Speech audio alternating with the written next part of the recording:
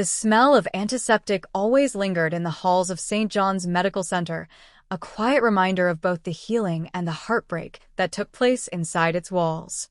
For Sarah Mitchell, a 32-year-old nurse who had worked there for nearly a decade, the hospital felt like a second home. She had spent countless nights rushing from room to room, offering comfort to patients and their families, and she had long since accepted the rhythm of life inside those sterile walls. Sarah loved her job, but it wasn't easy. After losing her husband, Michael, in a car accident 5 years earlier, the hospital became both her refuge and her distraction. She poured herself into her work, determined to make a difference in the lives of others, even while she carried her own grief silently.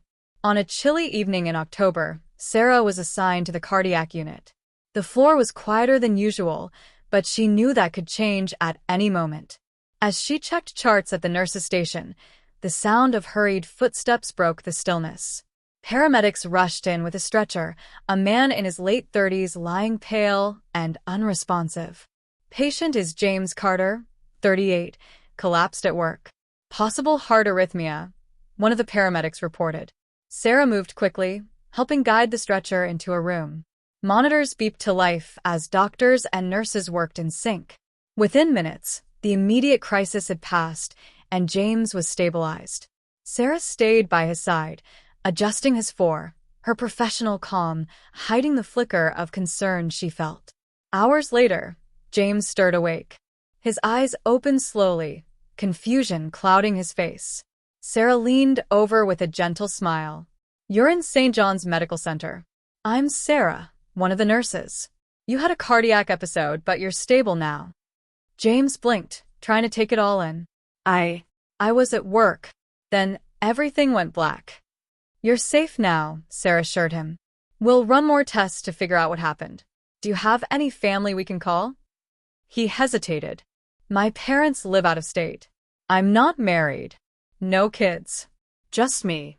Sarah nodded, her heart tugging a little at his loneliness. "Then we'll take good care of you." Over the next week, James remained in the hospital for observation. Sarah wasn't his only nurse, but she often found herself in his room, checking his vitals, bringing him meals, or simply talking when the nights grew quiet. He was an architect, he told her, passionate about designing sustainable buildings. He had been working long hours, barely sleeping, when his collapse happened. "You can't design the future if you're not taking care of yourself in the present," Sarah teased gently one evening as she adjusted his monitor. James chuckled, though his smile was tired. "You sound like my mom.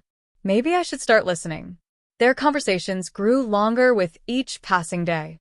James asked about her life, and for the first time in years, Sarah found herself opening up about her love for books, about her late husband, about how she found purpose in nursing after tragedy. James listened with genuine empathy, never pity, and his presence felt strangely comforting. One night, as Sarah was making her rounds, she found James staring out the window at the city lights. He looked deep in thought. "Can't sleep?" she asked softly. He shook his head. "I keep thinking about how close I came to not being here. Makes you see things differently." He glanced at her, his eyes earnest. "You ever feel like life gives you a second chance, even when you're not sure you deserve it?" Sarah swallowed, her chest tightening. "All the time. After Michael died, I didn't think I could keep going. But every day I walk into this hospital, I see people fighting for their lives. And it reminds me that every day really is a second chance." For a moment, their eyes locked, and Sarah felt something she hadn't allowed herself to feel in years. Hope. When James was finally discharged, Sarah walked him to the front doors. He stood awkwardly, holding the folder of discharge papers. "Thank you for everything. Not just the medical stuff, but for listening. For making this place feel less lonely." Sarah smiled warmly. "You don't owe me thanks. Just take care of yourself. That's all I ask." He hesitated, then said quietly, "Would it be completely inappropriate if I asked to see you outside the hospital? For coffee, maybe?" Her heart skipped. She had never blurred the line between patient and nurse, but James was no longer under her care. More importantly, something inside her whispered that fate had put him in her path for a reason. She nodded softly. I'd like that. Their first coffee turned into a long walk through Boston Common, the autumn leaves crunching beneath their feet. Sarah was nervous at first, but James's easy humor and sincerity put her at ease. They talked for hours about work, life, and everything in between. For the first time since losing Michael, Sarah felt the walls around her heart begin to lower. As weeks turned into months, their bond deepened. James made her laugh in ways she hadn't thought possible anymore. He never shied away from her past, always patient when grief resurfaced, but he also gently reminded her that her future still held light. One evening, while they cooked dinner together in Sarah's small apartment, James turned to her and said, "You know, if collapsing at work is what it took to meet you, maybe it wasn't such a bad thing after all." Sarah laughed, swatting his arm lightly. "Don't say that. You scared everyone half to death."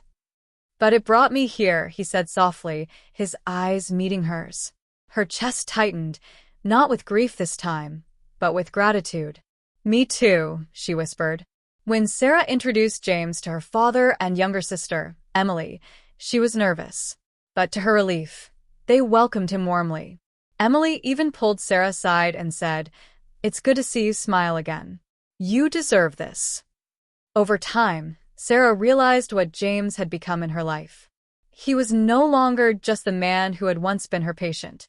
He was her partner, her friend, her reminder that love could find its way back even after loss. One spring afternoon, as they walked along the Charles River, James stopped suddenly. He pulled a small box from his pocket and opened it, revealing a simple but elegant ring. "Sarah," he said, his voice steady but filled with emotion, "you saved me in more ways than one. You reminded me that life is worth living, and that love is worth believing in again. Will you marry me?" Tears filled Sarah's eyes as she nodded. "Yes." 1,000 times yes. As they embraced, the city buzzed around them, but in that moment, it felt like the world had stilled just for them. Looking back, Sarah often thought about how their story began. One ordinary night in a hospital when she met a man who was her patient. She never expected that he would become so much more. But that was the beauty of life. It had a way of surprising you, even when you thought your story had already been written. And for Sarah and James, their story was only just beginning.